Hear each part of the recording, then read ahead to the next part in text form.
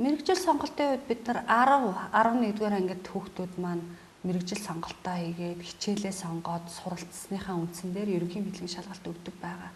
Тэгээ энэ дээр бид нар сургуулийн удирдлагын зүгээс, багш нарын зүгээс нэлээд чамгүй сайн ажилтдаг гэж боддог. Ялангуяа эцэг их багш сурагчтай хамтарсан хурал хийдэг.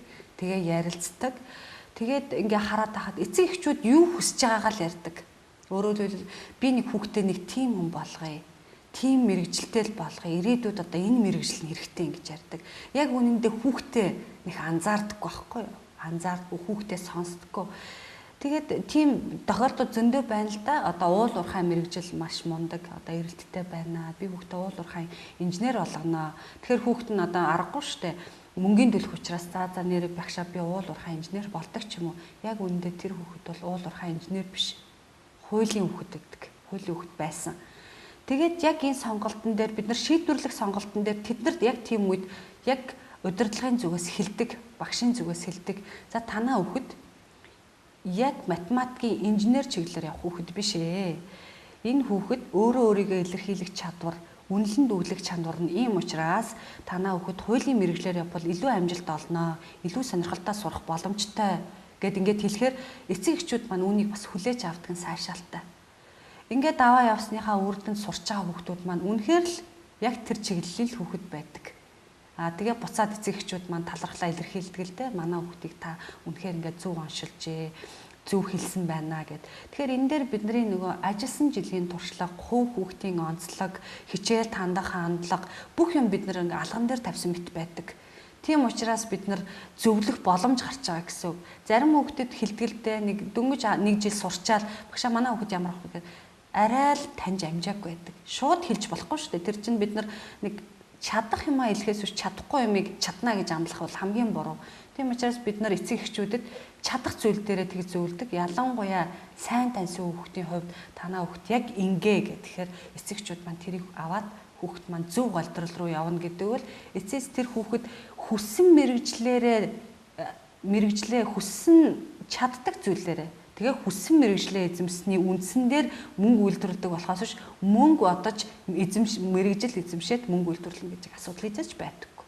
Тэгэхээр энэ тал дээр л эцэг эхчүүд маань бас анхаарч бид нартай хамтарч ажилладаг юм да. Тэрэнд бид нар сайшаалтай байдаг.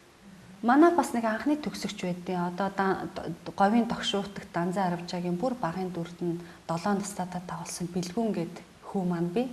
Тэгээ энэ хүн маань өөрөө бол үнэхээр урлаг уран сайхны мэдрэмжтэй, жүжигчний үнэхээр мундаг авьяастай хүүхдээсэн. Тэгээ нүдний хувирал, нүүрний хувирал тэр шүлэг уншиж байгаа, жүжиглж байгаа энэ төрөд үнэхээр гайхалтай.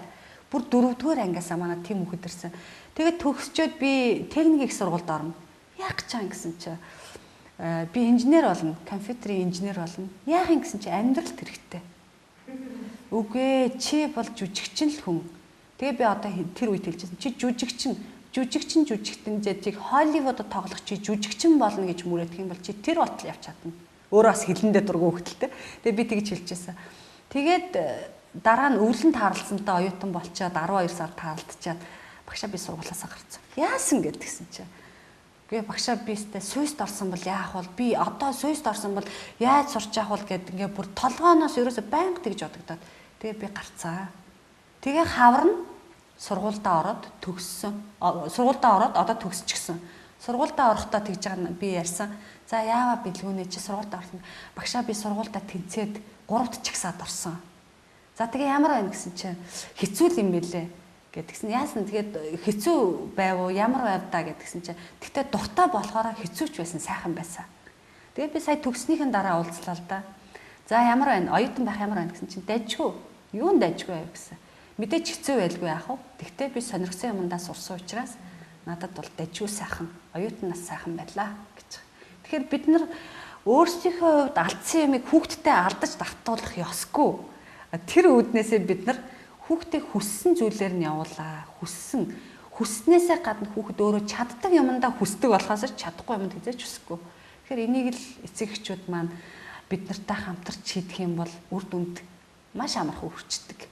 Тэгэл энэ л бас бид нар эцэгтэй ажиллаж байгаагийн гол үр дүн эцэгчүүд бидний үгийг сонсдог нь маш гайхалтай үр дүнд хүрдэг гэж бодож байна да. Яг хүүхдийг ийм мэрэгжлийн хүн болгоно гэдэг ингээ хайрцагцсан зураг байхгүй л те. Бас яг жор байхгүй.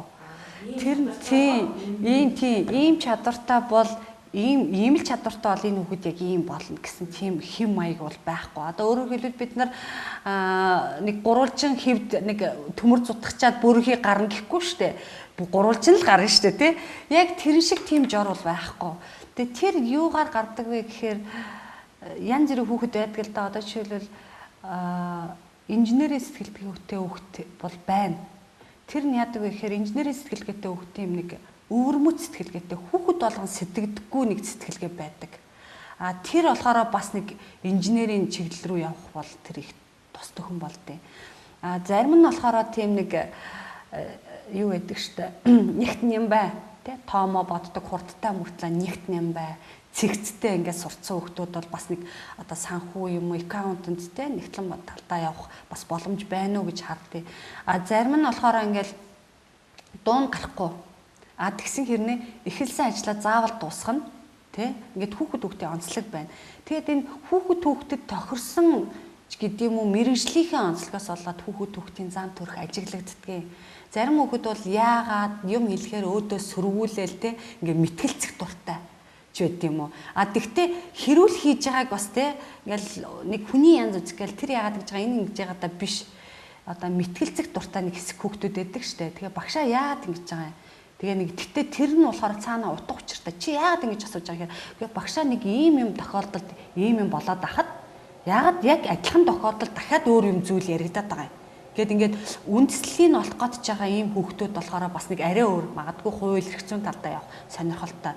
Зарим нь болохоор юу гэдэг юм хурдан тогтоодог энэ төр байхдаа би ерөөсөө юм уншиж чадаад хуулийн юмд сурахад боломжтой юм байна гэж бодчихдаг. Тэр бас тийм биш.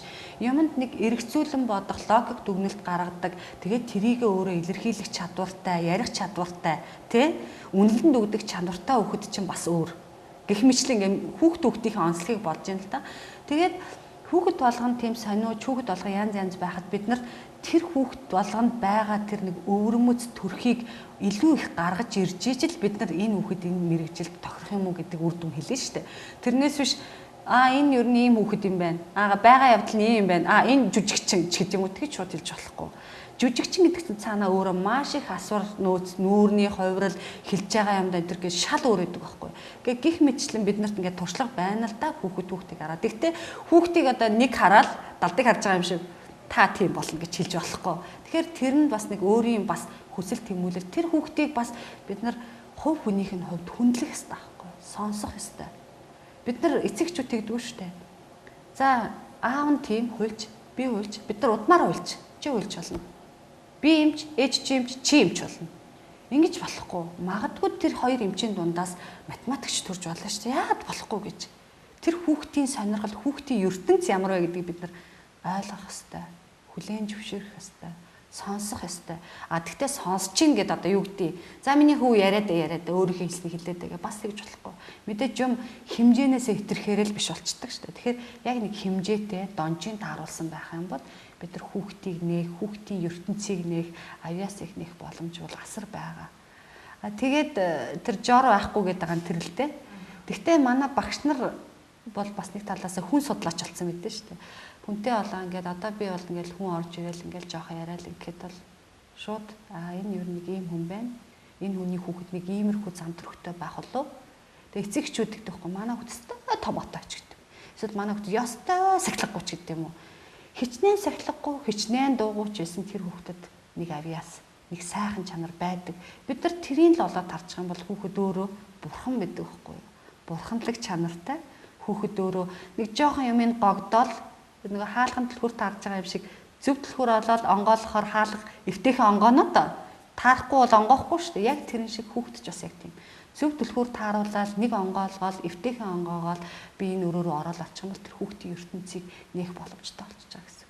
Тэгээ манай багш нар бол бүгдээрээ онсыг тальдаг хүмүүс байгаа. Тэгэхээр энэ багш нарын ажил бол нэг талдаа хэцүү мэт боловч маш сайхан мэрэгжил. Хийсэн ажлаа эргээд харахад одоо нэг хүн гიშгсэн мөртөө хийсэн ажилдаа байх сайхан гэдэг шиг бидний шав нар тий төрүүлсэн төгсөгчд маань л бидний бахархал болд юм да.